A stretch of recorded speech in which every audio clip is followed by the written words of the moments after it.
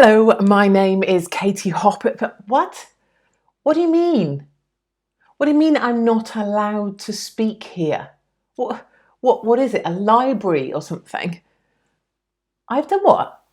I've offended people in the past with my hurty words. Oh, I mean, well, okay, yeah, fat people, yeah, maybe. What? Yeah, okay, and maybe old people, yeah, okay. Owen Jones, well, that little cockwomble, obviously. Yeah, okay, and all the vegans in Brighton. Yeah, all right, I'll do this later. Hi, so sorry about that little distraction there. Thank you very much for having me here as your guest speaker for the UKIP South East Conference. I'm really delighted to be here with you today. And I would like to thank Eastbourne Council in particular for their open and warm welcome to this, the unwelcome building.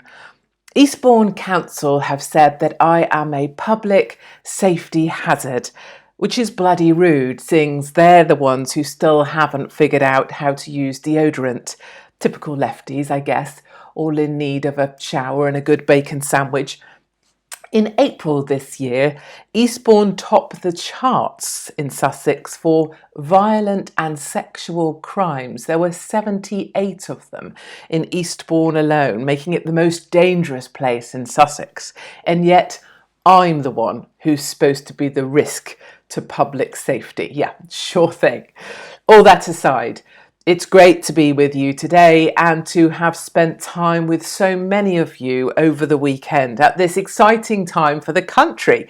We have a new Brexit deadline of the 31st of October, a new Prime Minister incoming, and the possibility of having Trump on one side of the Atlantic and Boris on the other. What could possibly go wrong? Whatever your views on Boris, energy and optimism are something this country desperately needs. And it's good to see those words being used again on the campaign trail by a politician with a personality.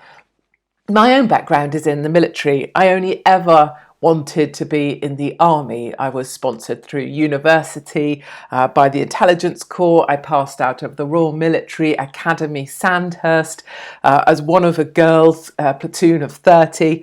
And I earned a 35-year regular commission with the Intelligence Corps. I wanted to be the first female general.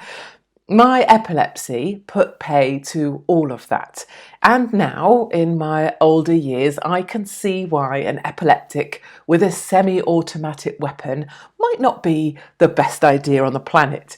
So now I fight for my country in a different way, here on the pavements, on the streets of this great country, a place I know called the rest of the UK. And make no mistake, we are at war. Britain is under attack, with globalists waging destruction on three fronts.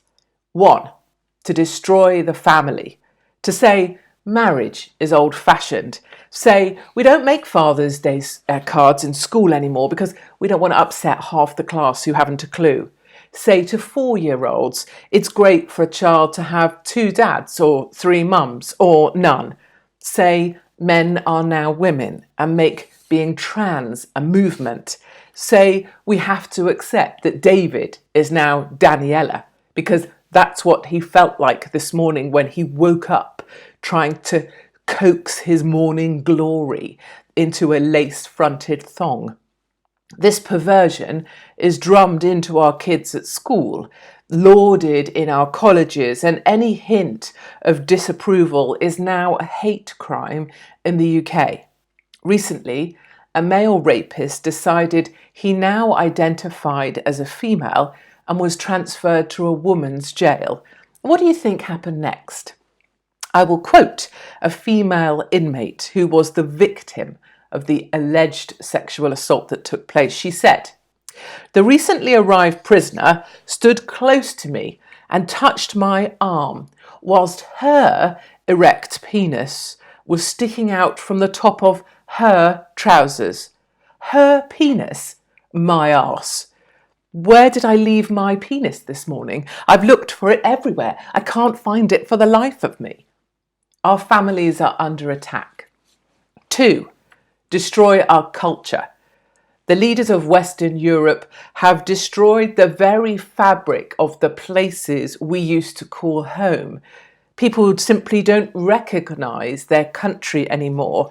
The elderly feel isolated and no one feels like they belong. People tell me they are sick of feeling like second-class citizens in their own homes. I get emails from 70, 80-year-old individuals who tell me they're glad their time is nearly up, so they don't have to watch their country fall.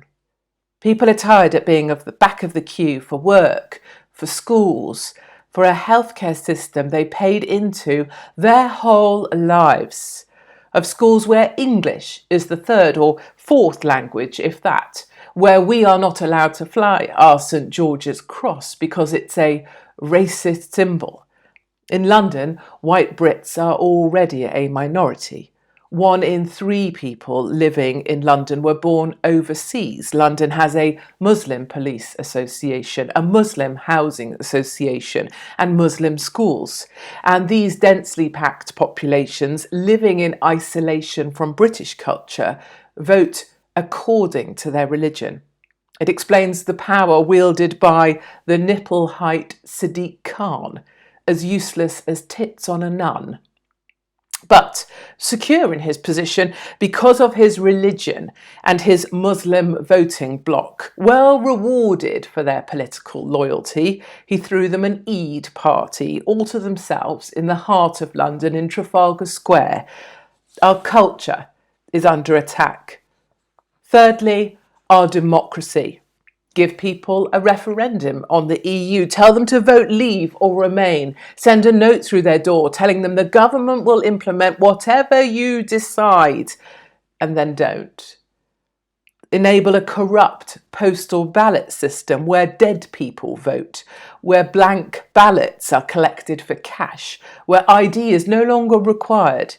Make it so that our voice at the ballot box is silenced as well as our voices elsewhere.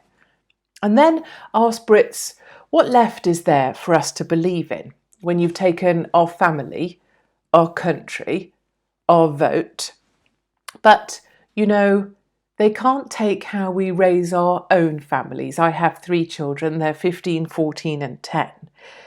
What we think of the country we used to know is still special to us, and they can't take that away, and nor our determination to get what we voted for. And we do not take these attacks lying down. We are here because we are defiant. We will not comply. We refuse to be silenced by the left or intimidated by their menace. We will not deceive our supporters. Other parties, like Farage's, have laundered our truths. They've laundered Brexit to make it palatable for the mainstream media.